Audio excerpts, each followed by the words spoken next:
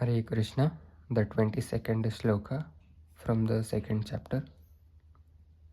Vasamsi jirnani yatha vihaya navani grahanati naroparani tatha sharirani vihaya jirna jirnanya anyani samyati navani dehi. As a person puts on new garments, giving up old ones, the soul similarly accepts new material bodies, giving up the old and useless ones. Purport: change of body by the atomic individual soul is an accepted fact. Even the modern scientists, who do not believe in the existence of the soul, but at the same time cannot explain the source of energy from the heart, have to accept continuous changes of body which appear from childhood to boyhood, and from boyhood to youth, and again from youth to old age. From old age, the change is transferred to another body. This has already been explained in a previous verse. Transference of the atomic individual soul to another body is made possible by the grace of the Supersoul. The Supersoul fulfills the desires of the atomic soul as one friend fulfills the desires of another. The Vedas, like the Mundaka Upanishad as well as the Shvetashvatara Upanishad, compare the soul and the supersoul to two friendly birds sitting on the same tree. One of the birds, the individual atomic soul, is eating the fruit of the tree. The other bird, Krishna, is simply watching his friend. Of these two birds, although they are same in quality, one is captivated by the fruits of the material tree, while the other is simply witnessing the activities of his friends. Krishna is the witnessing bird, and Arjuna is the eating bird. Although they are friends, one is still the master and the other is the servant.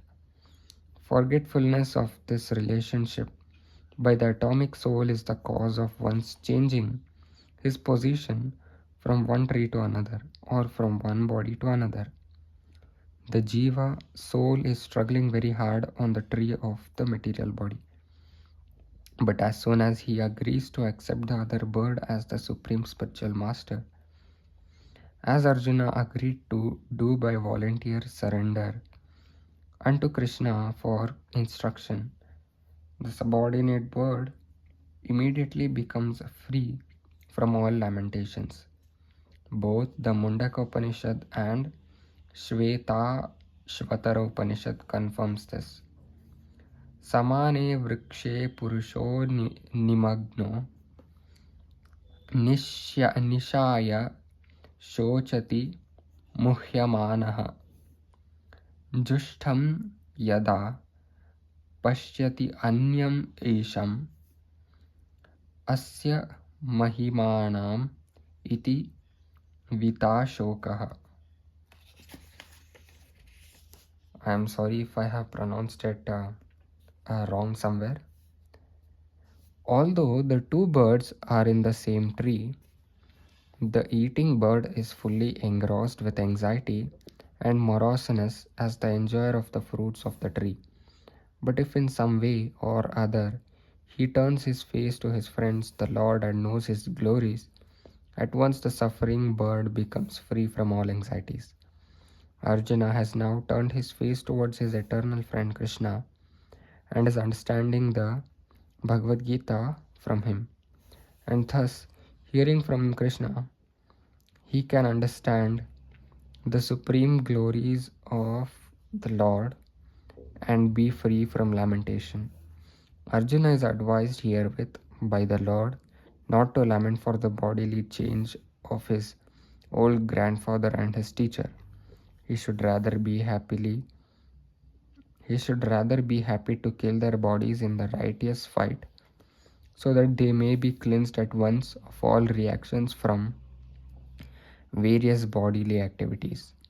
One who lays down his life on the sacrificial altar or in the proper battlefield, is at once cleansed of bodily reaction and promoted to a higher status of life.